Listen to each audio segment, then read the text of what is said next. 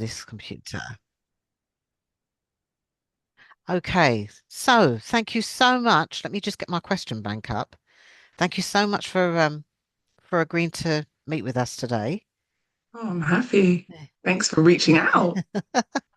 So as I said before we started the recording, this is it's really the angle that I'm looking for is an unconventional career strategy from childcare to corporate leadership. So thank you so much. So in your Substack piece, you describe moving from early years childcare into recruitment and HR with zero qualifications or experience, in Mhm. inverted commas. Yeah. What was the moment when you realized you wanted to do something different? Okay, this is I like this story. So I was working in childcare. I was actually an acting nursery manager at the time. And one of my colleagues who had become a friend because I'd worked with her in other settings, Right, um, I was doing a show round for a parent at the nursery where, showing them the nursery. And we were one of the most expensive nurseries in the area. right, Whenever I did a show run, I always closed. People always commented on like, how does Adele always get parents to want to come to her nursery? right. And my colleague said to me, you would be so good in recruitment. And I was like, what? She was like, I used to do recruitment and I hated it. I said, so if you hated it, why would I hate it? And she you just have there's something that recruitment people have or human like and even HR people. And she mentioned HR, but she said specifically recruitment. She goes, there's something about you that I feel like you would love recruitment, whether it was internal or an agency.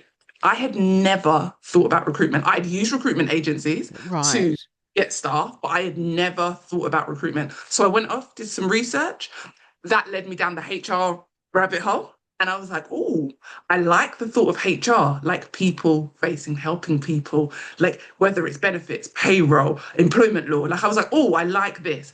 But how do I get to that without going back to school? That's the truth. right. How How do I old were get you at that point?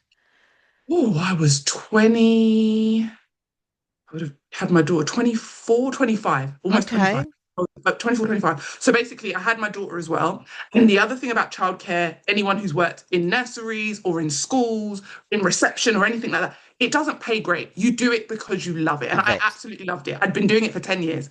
After having my daughter, I started to find that I had all this time for other people's children at work, but not for her when I got home. And that started to really be Mm.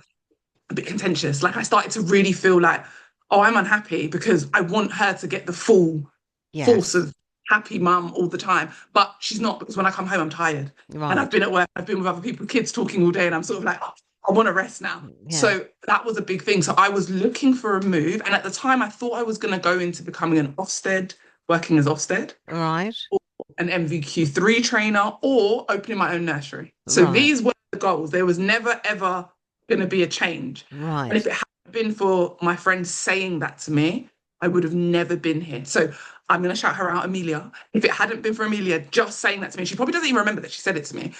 That's what changed the entire trajectory. Because outside Right. of that, I was ready. I was actually going to go and study so that I could go into Ofsted. I was Right. ready to move into becoming an Ofsted inspector. So that's what I wanted to go and do. And I'd already signed up to go and do the course. But I knew I just didn't want to be in the nurseries anymore. Right. Um, and yeah, that's how.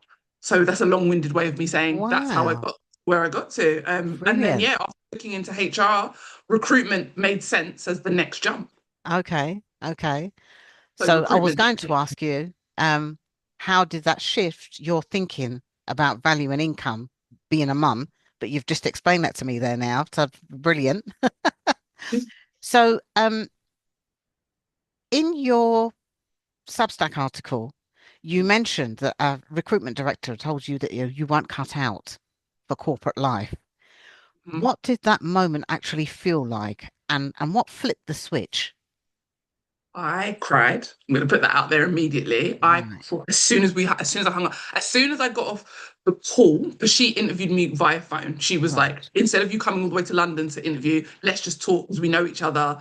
And she'd known me for a really long time. I cried my heart out. Like I couldn't wait to get off the call. The more she was talking to me, I was like, let me get off the call. right, Um, I felt sick. I can actually remember feeling physically sick because I was like, this plan in my head that made so much sense that my friend had said I'd be good at. When I read it, I was like, well, this is me. I'm good with people. When Yeah. I'd read it, I was like, I can do this. Like, I don't need to necessarily go back and study. I've recruited my own staff as a manager, like in the nursery. Like, I can do this.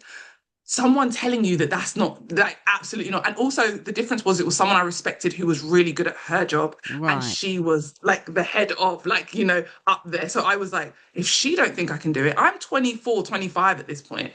If she doesn't think I can do it, I can't do it. Because Right.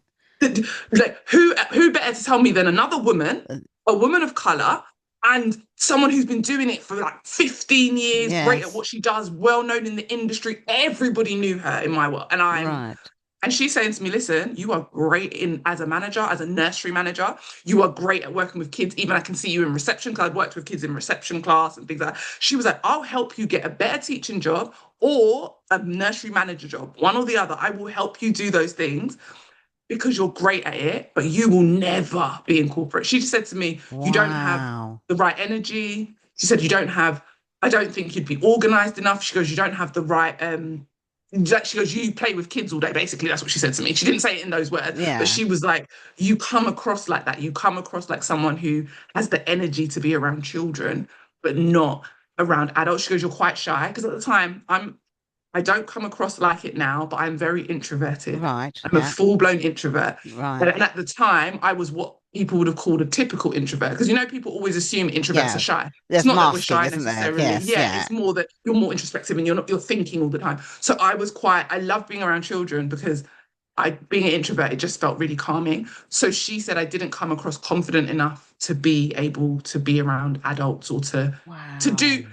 be around adults in the settings I was in, but not in a corporate setting. She goes, corporate would eat me alive, and it just wouldn't work for me. So I was Wow. demolished. I remember crying and leaving that call, and I'd already been like applying to jobs. I remember not applying to any jobs for like the rest of that week. I just remember thinking like, oh, I'm just gonna give up. Like it's done now. Like the story's over. Right. So And I do you think think that rejection was necessary for your your progress? absolutely 1000%. I am born to prove people wrong. I am born to show what the underdog can do. And when I think about my life, even when I was younger, anytime I've been told, even like I remember in school, a teacher once said to me, one teacher put me on to like the highest grade of reading. In the next class, when I went up, the teacher was like to me, there's no way you can read that well. I don't believe you. I'm putting you back a step. Wow. And even that, I remember thinking, what? And I remember that made me not read again. Like for a really long time, I was like, oh, I'm not going to read then. And Right. then I remember I've got this stubborn streak of like, well, either I'll just do nothing or I'll do everything. So that was the moment for me where I stopped doing nothing, where I could have just been like, I give up. And I was like, I'll prove you wrong. Yeah. There is like, you are one human being. I think I got angry. I think after being sad, and it's almost going through the grieving process, after being sad, after deciding I give up, I got really annoyed. Because on one hand, I've got my friend saying to me I'd be great at something. On the other hand, I've got this woman saying to me I'd be terrible at something. Who says either of them are right? Yes. Who says that my friend's right? Who says that she's right? She's right. Yeah. I get to say who's right. And I think the anger took over. And I was like, I was going to prove her wrong. And that rejection and me being able to then eventually prove her wrong, and then her turning around and headhunting me 2 years later, Right. made me the person who, whenever someone says I can't do something, I'll do it just to prove you wrong. Right. Even if I don't really want it, I'll do it just to prove. So I think that was the catalyst to that switch being, oh, you can do anything. Like you Right. can literally do anything you want to do. But I needed, if I hadn't had that rejection, I wouldn't be as determined as I currently am. Right. Oh, that's brilliant. That's brilliant. Um, you talk about rewriting your CV as the turning Mm. point. What did you do differently?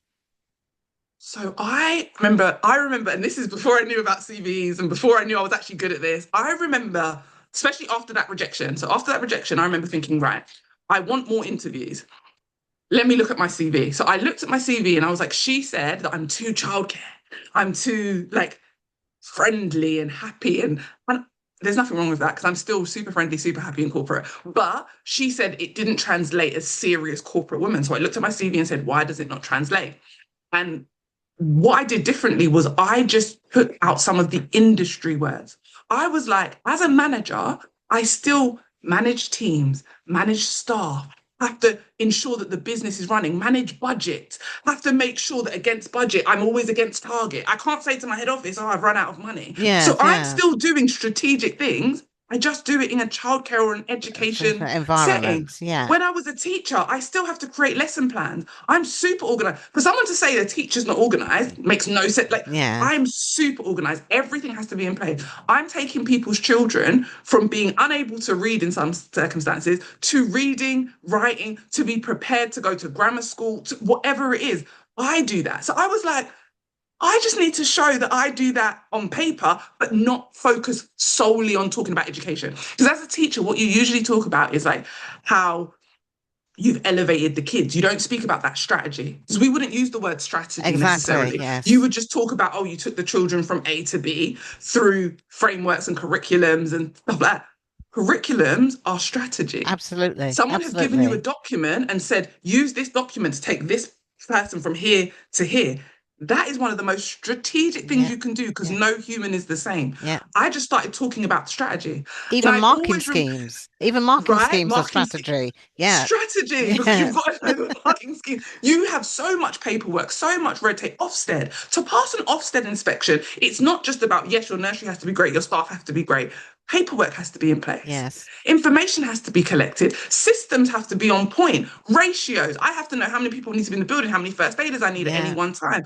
There is so much strategy behind it. And that's what I showed in my CV. I talked about how I had to do strategy. I talked about how when I gave parents a show round, I always closed. And I talked about it as in closing. I Ah, didn't say, oh, I did a show round. I said, whenever customers visit our site, I always close. I have a right, 100% close rate. I have a right, 100% fill rate. right, Other nursery settings in the area are only 80% full because I know this through market research. I am a 97.5% full. right, I also talked about market research because as a nursery manager, we used to do market research. I used to right. go, but that's not how we used to word it. It They just used to was say, oh, go and look at competitors. But it was competitor analysis. It was market research. research. I Yeah. just put those words into into my CV. I didn't take out everything to do with education because at the end of the day, I work in education. That was my job title. That was the same. What happened was my CV became intriguing. And the first person that called me outside of that first interview I had, she called me, and again, I'll never forget. And she said to me, your CV is so interesting. She was like, I've never heard someone describe being a manager of a nursery in such a strategic way. And she was like, if you can explain that and connect the dots for me, I need to meet you. Wow. And that was it. And then after that, I started booking interviews. It was just that I wasn't shying away from the fact that I was a teacher. I was letting you know that even as a teacher, these are all the strategic things we do. This is where our brain has to be able to Yes. do what we do. And if you can get someone else to understand what you already understand, I feel like breaking into corporate became easier because Wow. they could see, like they were like, oh, market research? What do you mean you do market research? I was like, yeah, I have to find out what the competitors are charging because otherwise, when people come and see me, how am I going to to them? How am I going to show them that I'm better or I offer more when my prices are higher? I even put that in my CV. I put that I've got 100% conversion, even though I'm the most expensive business in the area. Wow. It's just Wow. thinking of those things rather than focusing on. I didn't focus on Ofsted. I didn't focus on the reports. I took those bullets out because Out. they're not Yes. important to someone in corporate Yeah, they don't unless I transfer. can. Yes. They don't talk to the relevance of a corporate job and what they're Yes. looking for in a corporate job. But that's what I did. I literally looked at the job description in recruitment and what they'd want in a recruitment job. I looked at what I actually do and I just looked at how that married together. Yeah. Brilliant. Brilliant. Um, Many people assume they must retrain or requalify. You say the opposite. I do. I do. Why? Why do you say the opposite? Some of us are already, and this is why I say the opposite. Some people, especially people I speak to, are already highly educated. Some people aren't.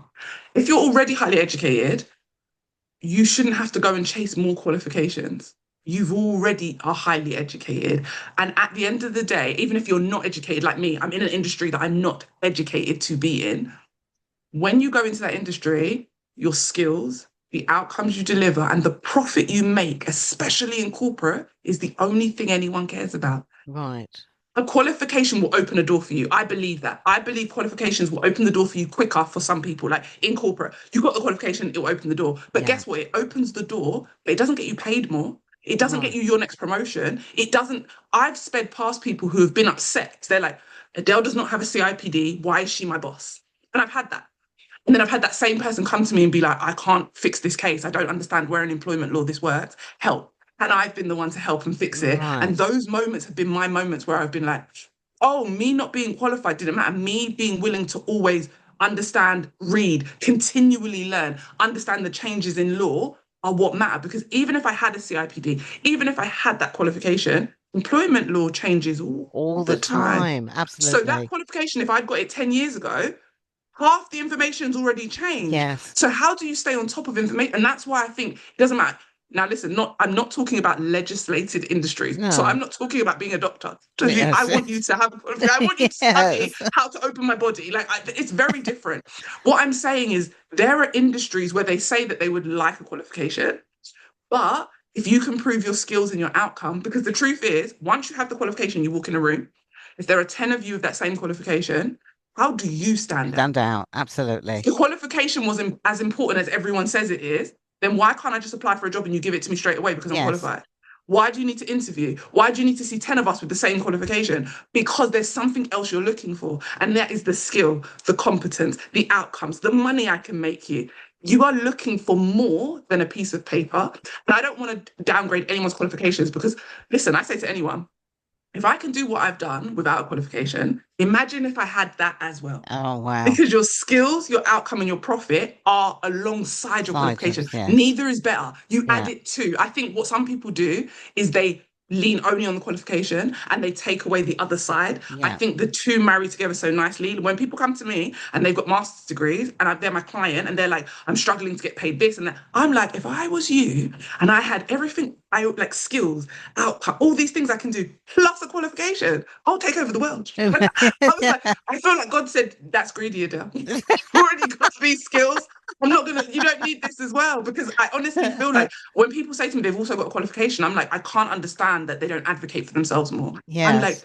you have these things. Like when someone comes to me with a master's degree and they earn less than me in corporate, I'm annoyed immediately. Immediately, because I'm like, you've taken that time to study. My daughter's in university now. I would never want anyone to think I'm against qualifications. I No, think I they're amazing. understand. I understand. It's Yeah. more about understanding that the qualification alone doesn't define you. How many people are going to be listening to this now who are qualified in one area, don't even work in that industry? Yes, absolutely. Absolutely. Yeah. So qualification is great. I think learning is always important. I'm a forever learner, always trying to learn. But I think there are different ways to learn. And the reason I say to people, you don't have to go back to school, is what if there's another route to get you to the goal? Yes. And it means you don't have to go back to school. For some people, going back to school will be what they feel they need. I don't feel like once we get to a certain point in our careers and we've learned a bit of life and we've got other things going on, there are so many other experiences we can bring into a job. It's just about articulating it. And I think some people struggle with the articulation. Absolutely. Absolutely. Um, Kind of brings me to another point here now. So what's the biggest mistake that people make when they're trying to pivot industries, do you think? Feel like they have to go and get the qualification, and without the qualification, they're not going to do it. They then go and do a qualification, and then when they come to the interview, they say, "Oh, but you have no experience." Yeah. That for me, it's been the biggest one. They're like, but I went and got the qualification. Doesn't matter. Exactly what I'm trying to explain. The Yeah. qualification is on its own is not what any job is ever looking for, especially in Oh, corporate. They are looking for the experience, and then when you have the experience, they're like, oh, where's the qualification? Someone will always have a problem. So I think the biggest thing people do when they try to pivot is they firstly run to a qualification, or, and this is a big one I see, they try to change everything at once. And then when it doesn't work, they're like, I give up. And when I say everything at once, they try to change role and industry. For instance, like rather than just pick one, it yeah. is so much easier if you stay in your industry and just change your role. Role. Yeah. Then once you've changed your role and you learn that role, like for instance, I went into recruitment and it was in health and social care and education. So I was staying in my industry, but just a different role. Once I had done that in recruitment, I then was able to be a recruiter in marketing, in Yes. admin, because now I know the role, so I can now leave the industry. Yes. Yeah. I ended up in the industry anyway, but I'm just saying, like, I left. Now I'm not in the industry at all. I'm in Right. HR and I'm not in education at all. I'm in retail. I mean, Right. like, totally different. But what I'm saying is to be able to get to these places, don't try and do everything at once and then get scared when it doesn't happen. It's like when you first get married and immediately everyone's like, are you having a baby? Are you having a baby? Are you having a baby? Like, you can't do all the things at once. Give me a Once. chance Yeah. to breathe. And I Yeah. say that to my clients, just to pick one. Even if you didn't want to change role, as a teacher, I could have gone into training. And I did as part of my career. I ended up as Yeah. a first aid trainer and I had a first aid company. But you could keep your teaching side of things, but say, I'm going to now go and teach in this industry. So you change industry, but you keep your role. So I think you need to pick one or the other. Yeah. Like, but most people, they run to change both. They're like, okay, I'm a teacher. Now I want to be the head of sales in, I don't know, a big tech company. Right. You've Yeah. never done tech and you've never done sales. How are we doing? How are we changing Yeah. everything?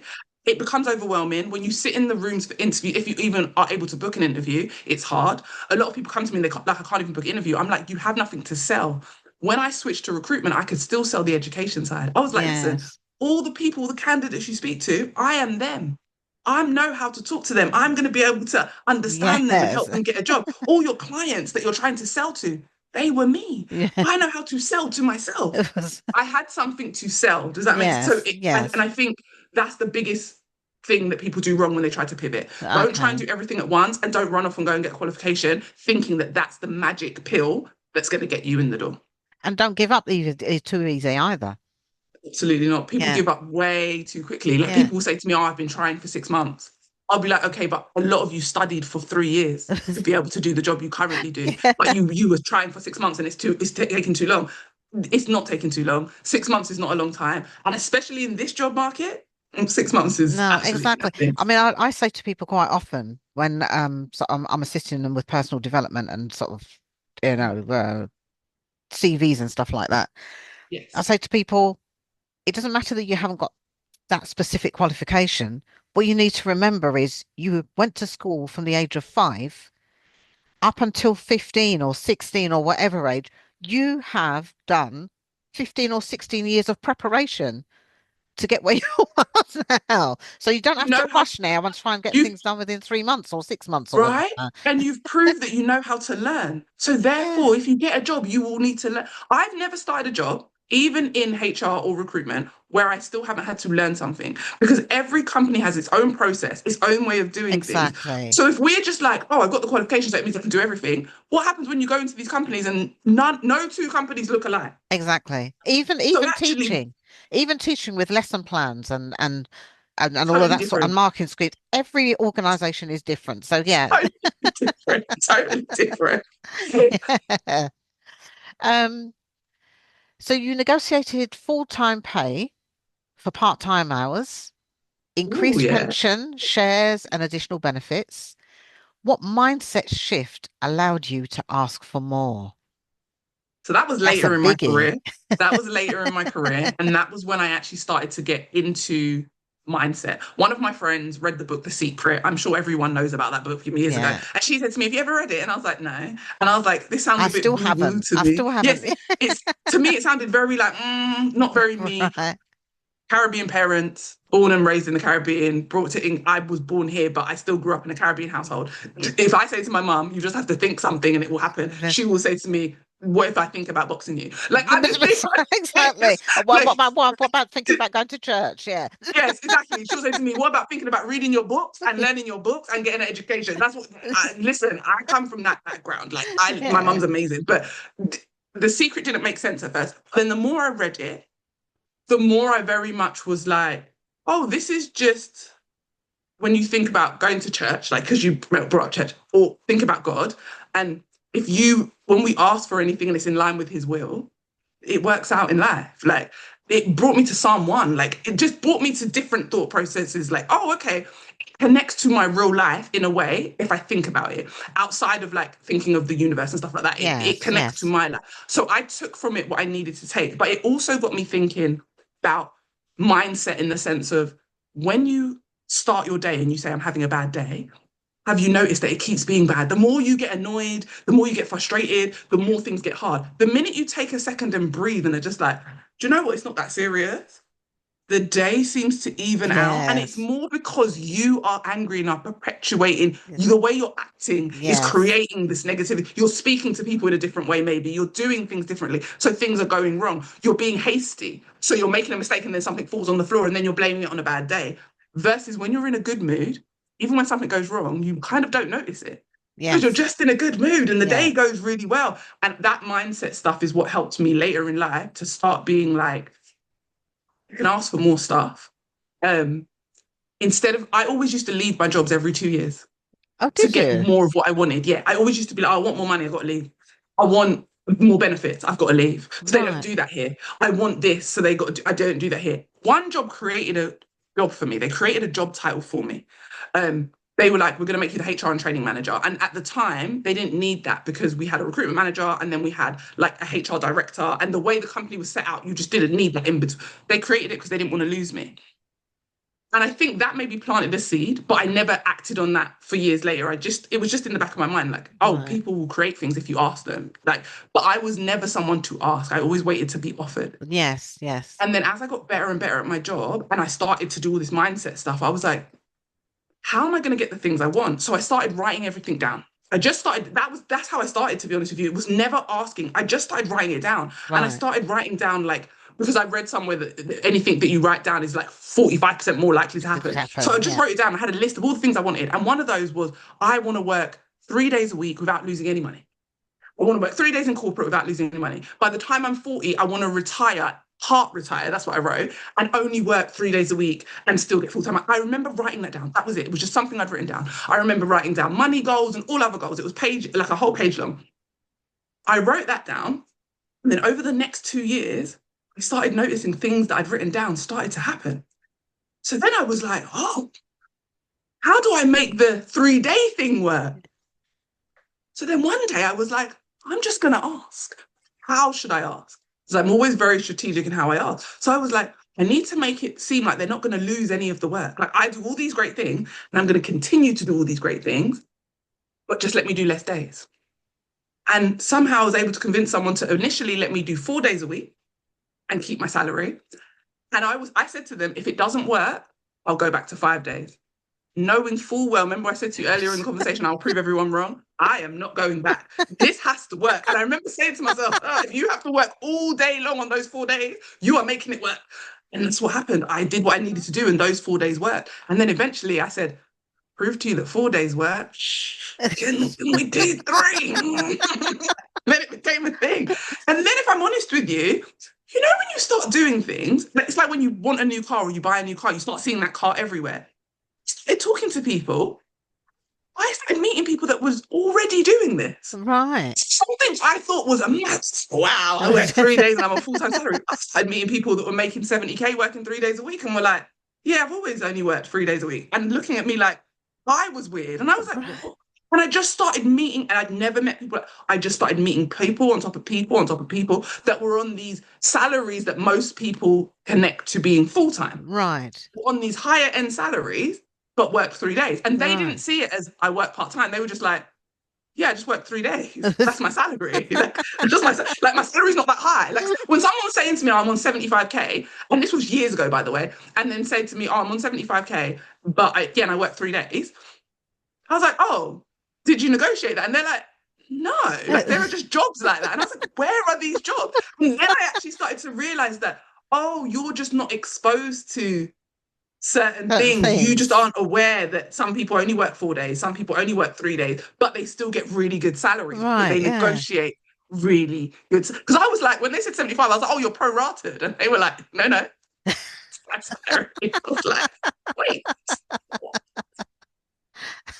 just thinking, wow, okay, I'm very far behind these people. So I think it was just, yeah. And then I think getting that then made getting more money on pension didn't even seem like a big ask. If Right. I could get originally 4 days, if I could get that first, then it didn't start to seem like a big ask to pension. Right. It didn't seem like a big ask to ask for. To be fair, the getting more commission and more bonuses was one of the first things I ever negotiated because Right. I lead a lot with like I want more money. I want to do Okay. what I'm already doing. I should get paid more for it. So getting Right. shares in the company, that was a conversation. I was just like, I make you this. I think one day I looked at how much money I'd made the Wow. company. I was like, I make you this much money. And it was a small company, so it wasn't a big company who just gives shares. I was like, I make you this much money. And my boss was like, okay, so you want a pay rise? I was like, no, I think I want shares, but I don't understand how they work. I was really honest. I was like, I don't understand how Oh, they work.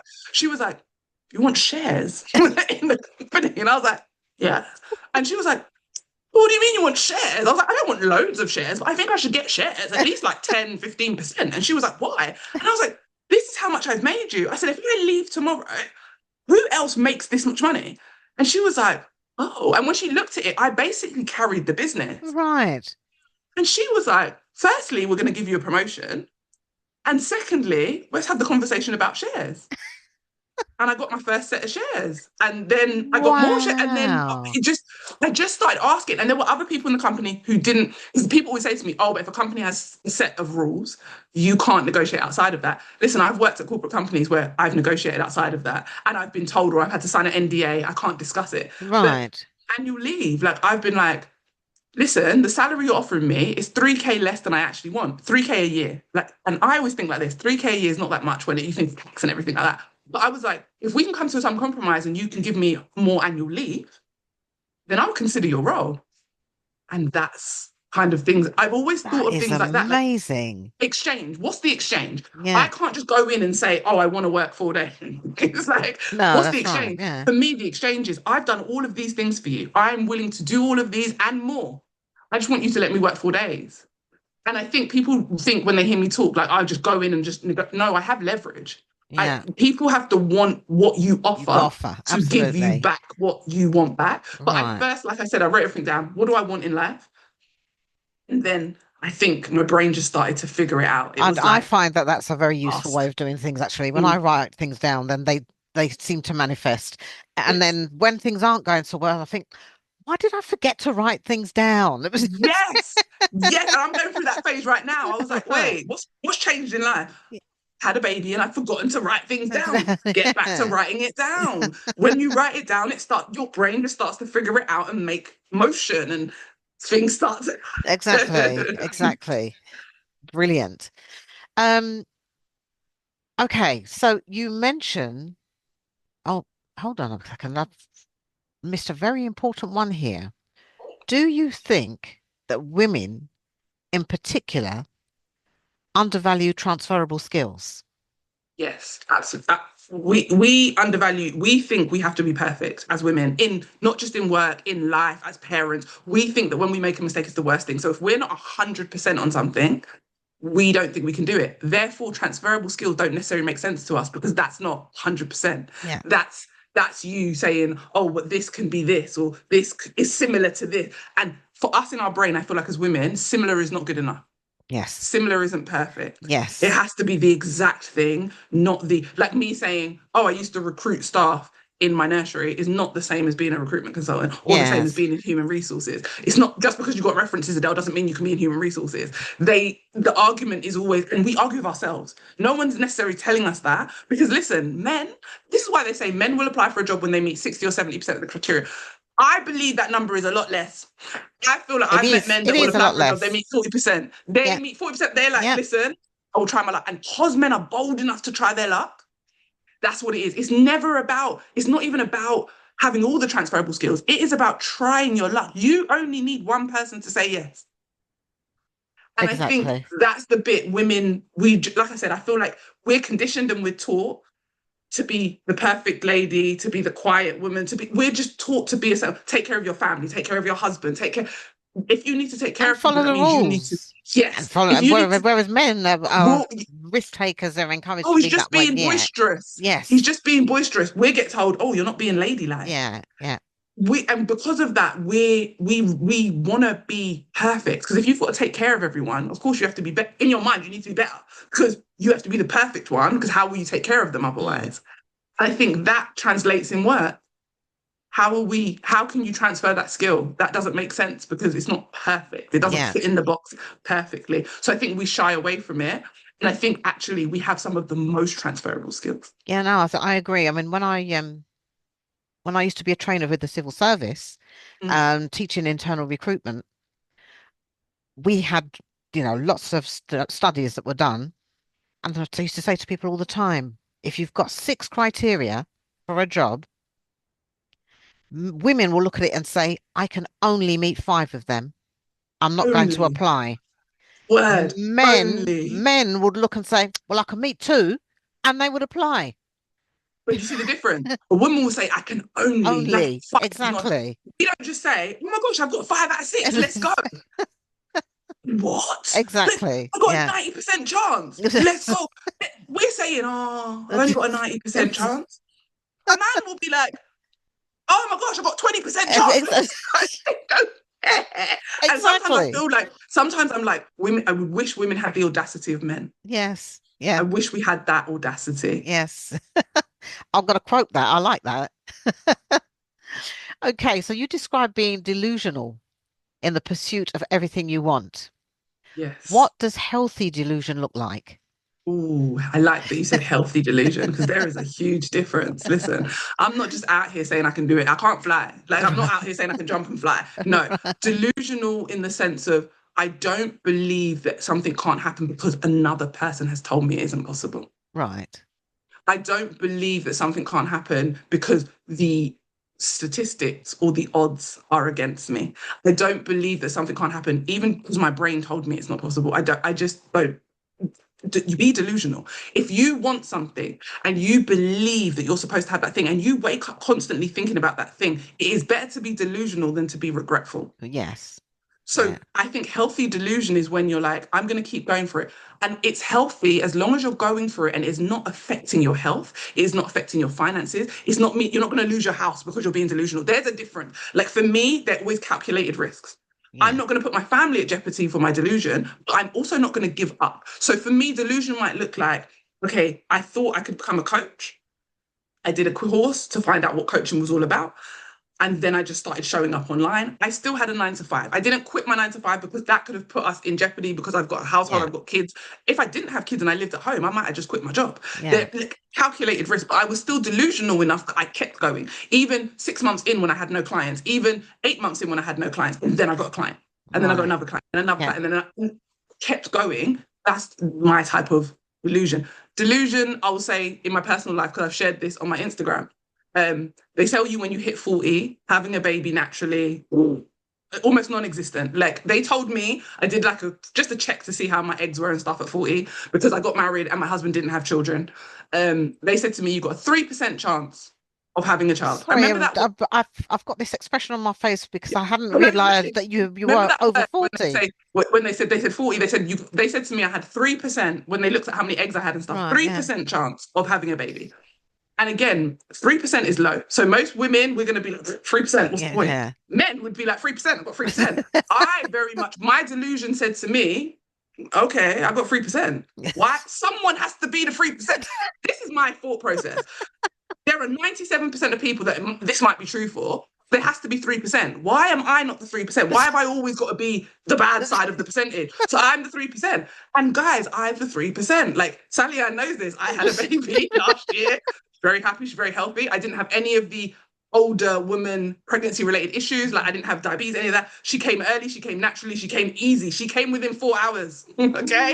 It was like, Wow. so no, I don't subscribe to that. People told me for a long time, you're really picky with men. You're probably never going to meet anyone. Because I always said to everyone, I'm probably going to get married later in life. And they were like, why'd you say that? I said, probably in my late 30s, early 40s. They were like, why? I said, because I know what I'm looking for, but I refuse to settle. That's the type of delusion I have. Because settling only makes you live with regret and makes you unhappy. I choose happiness. And I always say this, happiness has no expiry date. So Absolutely. let your delusion lead you to happiness.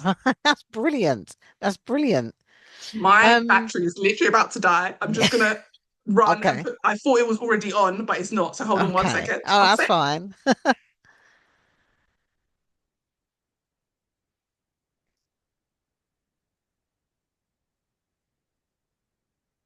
Oh, we are back. Okay. Sorry. That's okay. Right. So I want to sort of bring things a little bit more up to date now. Um, Yes. you mentioned the crappy job market. What are you seeing right now? Oh, what am I not seeing? So I'm seeing AI screening people, AI doing interviews, AI missing nuances. Being in HR, being in recruitment, you still see it. Like AI misses the nuances of humans. For instance, AI, if I'm on an AI interview, I speak very quickly, naturally. AI picks that up as nerves and lack of confidence. So I may not Ah, pass an AI screening in my current company for my current job wow. because AI doesn't pick it. It can't yet. It doesn't. It's not that sophisticated yet. Right, It yeah. understands like, oh, she's not looking at the camera and she speaks really fast. She's nervous. It reads my body language rather than listening to the tone of my voice and understanding that it's very confident. I know what I'm speaking about. I can't always slow my speech down, especially when I'm passionate about something. So I'm seeing that in the job market. I'm also seeing a lot of fake jobs being advertised because people are pipeline building, which is something that has never really come up out in the world. But candidates are starting to understand it now. But recruiters, we've always done it. We've always pipeline built, which means we know we're going to have jobs. So we put adverts out to get candidates ready for when those jobs come out. And what usually happens is you pipeline build and the jobs come out within weeks of you pipeline building. Right, Now people are still pipeline building, hoping that jobs will come out. And you're applying to these jobs and you're not hearing back.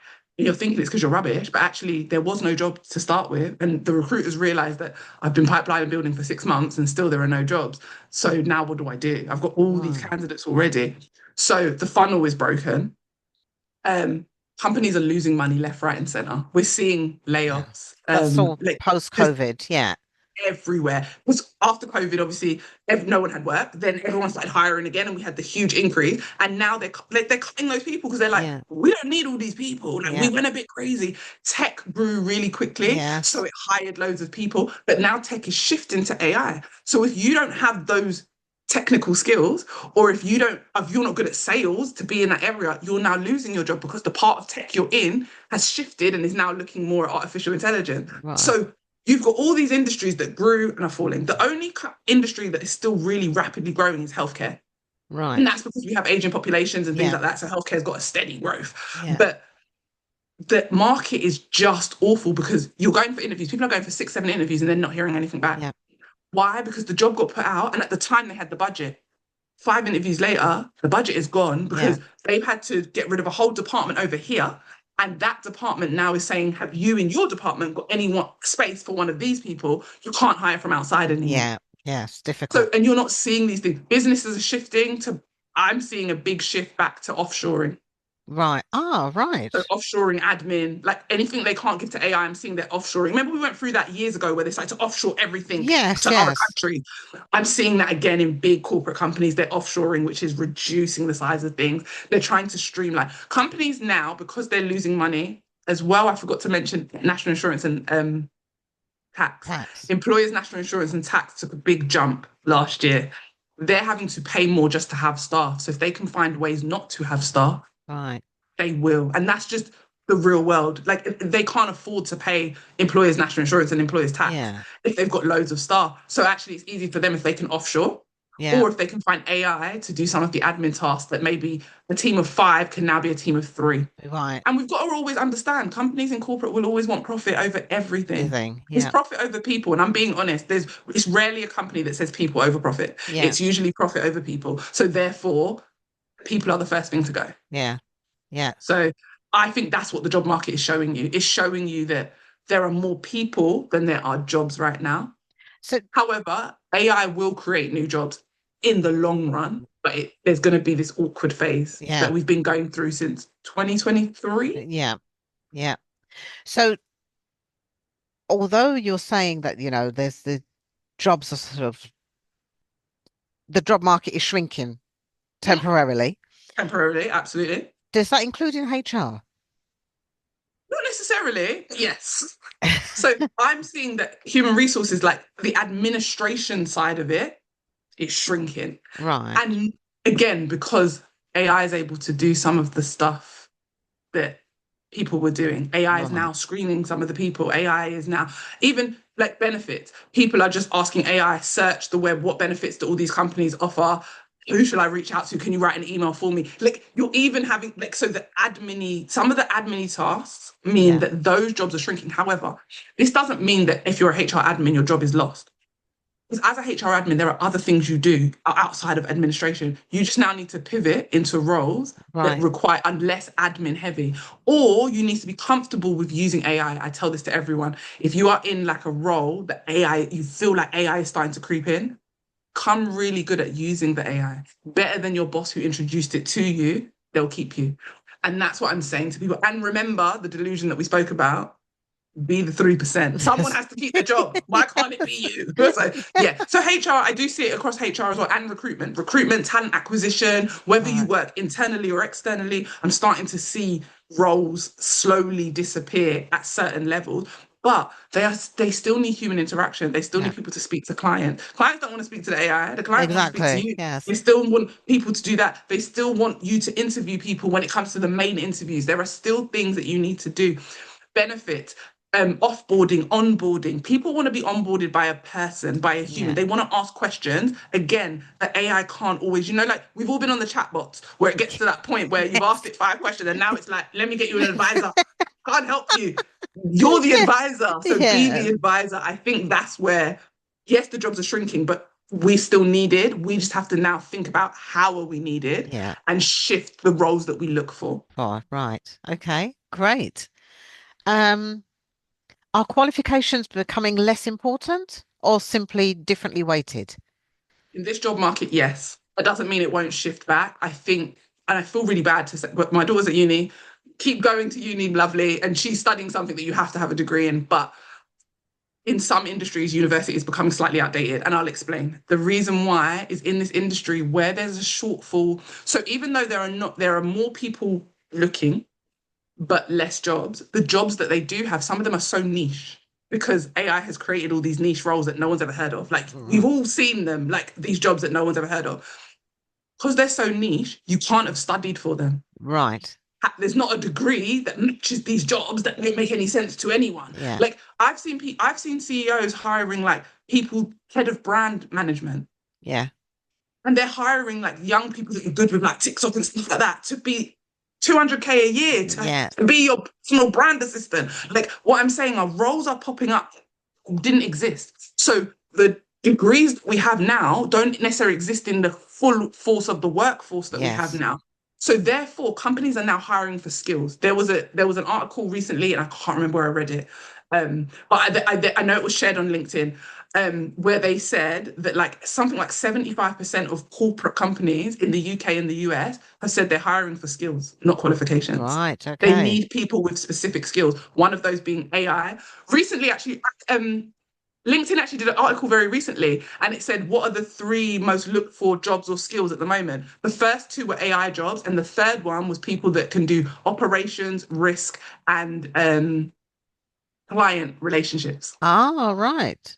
So that's a Okay. skill. That's not client relationships because that's the thing that we will always have over anything else Yes. is human to human. Human. How Exactly. how good at you at influencing other people? How good at you at impacting people? Right. People like people. That hasn't Yeah. changed. People can buy from people. People can sell to people. But also, if you're in human resources, Yeah. people. It's a people industry. Absolutely.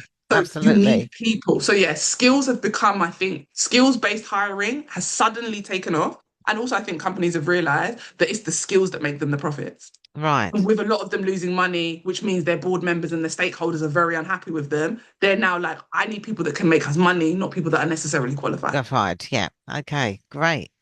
So if someone wants to increase their salary by, say, 10 or 60K, what's the first step they should take this month? Right now, Ask what at do your you current think? job. Before you go anywhere else, ask where you currently are. People always say you can get a big pay rise when you jump jobs, which is true. When you leave one job, you can get a massive pay rise. Right. You can get a pay rise where you are. I got 15K to stay at my job where like my previous job, not my current job. Right. 15K to do the same job in the same company. Why? Because you have leverage. You already have proven experience, proven wins, proven achievements. Write them down. You've forgotten them. So the first thing I want you to do is what have you achieved in the last 6 months that's helped your company make money, save money, streamline a process, help make the team more efficient, manage risk or lower risk, any of those things. That's the first thing I want you to do. What have you done in the last 6 to 12 months? I then want you to take that to your boss and say, Right. these are all the things I've done. Add a number to them as well, because a lot of times we forget to add like monetary. When you lower risk, what does that help them? Like, Yeah. what's that? How's that valuable? I then want you to be like, so based on this and my market research, because I also want you to go and speak to people and find out what the industry's paying. I want a 10K pay rise. Have Yes. that conversation. If your boss says to you, can't give you 10, but I'll give you five, take the five and keep looking for another role. Yeah, and So you can that's tell what you them can that as say well. to I'll me. take the five, but Yes. just so you know, I'll be looking for I'm going to another keep. role. Right, but that's what I would say do immediately. Ask where you are. Don't jump straight into the job market and be like, oh, I need a 10K pay rise. I need to go look Right. for another job. Where you are, you have leverage, but you just have to be able to articulate it. A lot of people will say, but my boss knows what I can do. They don't care. Your boss cares about his job, her job. Yeah. They care about elevating Yeah. themselves. They've forgotten that last week you helped put out a fire which saved them 600,000. They forgot about that. Yeah. They forgot that last week you stopped them from going to a tribunal because you had a conversation with someone. They forgot. Yeah. I need you to remind them, but I need you to have a nice list and have it ready to go. So the first thing I would say to do is go back and look at all your wins, because a lot of people have all these wins, all these accomplishments, and you're just leaving money on the table because you've forgotten to go and collect It's them. a brilliant way of putting it. As it happens with my next chinwag, which will be going out in a couple of days' time, I'm doing a bit in there about appraisal to CV. Love And that. and I making love sure that. that and even when you want to change direction completely, Mhm. what Appraisal. transferable I things that love you've that. got there. So yeah. I love that. Appraisal to CV. I love that Yeah. because the information from your appraisal Yeah. never seems to make it into the CV ever. Like they're like two different entities. And we as humans, we forget what we've done well. Exactly. So I always say, like, go back and think about what you've done in the last 6 to 12 months. Yeah. Because once you start, you'll probably find so many things. And the fact that Exactly. you said appraisals to CV, go back and look at your last appraisal. Exactly. Exactly. What does it tell you? What have you done that's amazing? Yeah. And why is, and also just remembering that 3 to 5% that they give us every year, or most corporate companies offer you between three and say it's Yeah. based on performance. Had this conversation yesterday. Just a quick reminder that national minimum wage in the UK goes up every year. That 3 to 5% is just to offset the fact that so that your salary won't be really close to minimum wage anymore. Ooh, I like talking about these very things because I always give people a clever. different perspective. We always think that 3 to 5% is based on performance. No, if you're on 50K, minimum wage goes up. Your salary to you is now going to look like it's too close to minimum wage, especially if you've got a degree, you're qualified, you've Yes. got 10 years experience. They need to give you the 3 to 5% every year, but actually they would kind of give it to you anyway because otherwise, again, you would be. It makes Yes. sense It's along a, with it's a the national national. minimum wage erosion otherwise. Otherwise, everyone's on the same salary. And Yeah. that means entry level students would be on the same salary as someone with 10 years Yeah. experience. That's why you get the 3 to 5%. So this is why I'm an advocate for asking for pay rises outside of that 3 to 5%, because you was kind of going to get it anyway. Even if they only give you the three and they don't give you five, it doesn't matter. You was going to get some sort of pay rise. Yeah. So Yeah. actually, it's more connected to national minimum wage than it is connected to your performance. I just want to say that, guy. That's brilliant. Absolutely brilliant. Um, uh, oh, coming back to 80 and Rich, what Yeah. gap were you trying to fill with the 5 for 2 careers podcast? Oh, the gap. Okay, so the gap that I was trying to fill was literally in the title. I think that a lot of us trade 5 days of misery, which is Monday to Friday, for 2 days of fun, the weekend. We live for the weekend. Some of us, Right. not everyone. Some of us hate our jobs so much. I've seen people get sick from work. I've worked with people that have been sick, been stressed, been in the most toxic environments. I personally have been in some of the most toxic environments. I have just seen how work can erode every part of you. It can break down relationships at home because you're so upset and angry all the time. It can just change how you parent. I've just Yeah. seen how bad work can be in those 5 days. And that was the gap I was trying to fill. I was trying to let people know it doesn't have to be 5 days of misery just so you can get to the weekend and enjoy those little 2 days. Like, and then you don't even enjoy 2 days because Sunday now you're worrying about Monday. So really you get one day. So I should have called it 5 for 1 because really that's all you get. I just want, I just wanted people to know that you can enjoy what you do. And you don't have to have a dream job. I'm not saying everyone's going to have a dream job because some Absolutely. people won't. Some people have a dream life and the job feeds that. But you can have a healthy job where you're not stressed and run down and burnt out, and you can actually enjoy it and feel good about going to work when work isn't optional. Because for a lot of us, work is not optional. And if work isn't Exactly. optional when you have to work, Yeah. it doesn't have to be the most miserable part of your existence because as humans, we have enough curveballs that life is going to throw us. We have enough miserable things happening. Your 5 days, that's the majority of your week. It doesn't have to be miserable. And that's the gap I was trying to fill. Like, Okay. the miserable part of it, as well as I wanted women to know that we can earn more, we can do more, and we can be more. And I was trying to feel it started off with me working with single mums Right.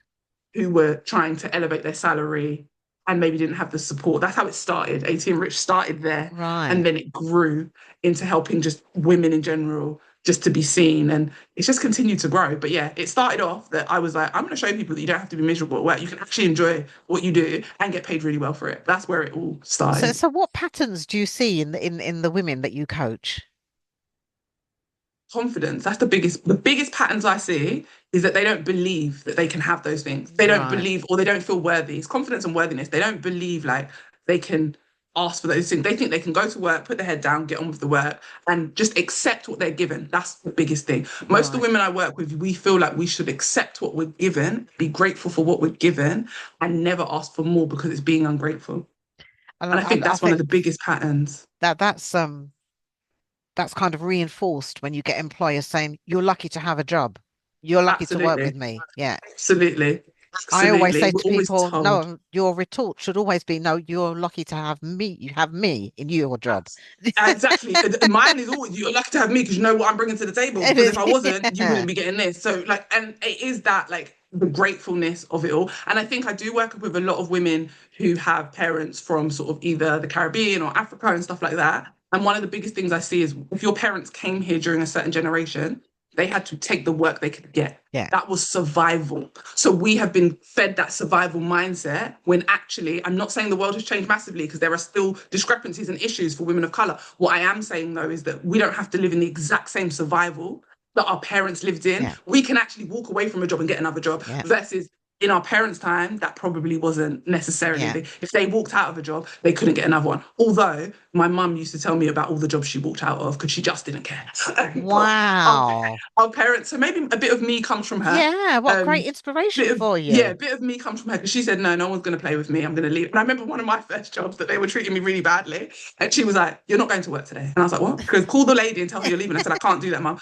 She stood over me until I called the lady and told her I wasn't coming. And the lady shouted at me. And I always remember my mum was there. The lady's on the phone. And I was like, okay, I'm more scared of my mum. So I remember her saying, no, they're taking advantage of you. And me just thinking it was okay. Like I was a student at the time, but I was working there. They Right. used to make me Yeah. go and get their coffees. They used to make me go and get their food. They weren't teaching me anything. I was meant to be learning, like as an apprentice. Right. I literally, they'd call me in the mornings and be like, "Why are you not here?" I was like, "Oh, I don't start till 8." They'll be like, "But we need you here at 7:30 to go and get breakfast." And I would Ooh. go. This is the thing. Oh, guys, I've got so many stories. But anyway, I digress. Like, so yeah, maybe I got a little bit from my mum, but our parents were in survival. It wasn't as easy for them to Yes. just be like, they had to put up with a lot because they came to a country that asked them to come but didn't necessarily want them here. So they put up with a lot. We don't, it's subtle for us. I'm not saying some things are Yeah. not No, still you're there, right. but Yeah. we don't necessarily have to put up with what they put up with. Yes. Like my mum still remembers when she came here, it said like no dogs, no blacks, no Irish Yeah. on the shop door. She remembers that. I don't know that life. So what Yeah. I'm saying is it's very different for us, but we've been brought up by people with that survival mentality. Yes. So sometimes we feed that into our careers. Yes. Yes. Brilliant. Right. So I've got one last question. If readers remember only one principle from your story, Mhm. what should it be? Ooh, oh my gosh, that's a really hard one. If readers remember what, be the 3%. Oh, Oh my God, that's that's brilliant. what it is. Be the 3%. That's Yeah, be brilliant. delusional. Be the person who, when someone says to you, "Oh, there's a 95%, 97% chance that won't work," tell them that's cool. I'm the 3%. Ah, that's fantastic. And that's a brilliant way for you to end the interview. Thank you so much.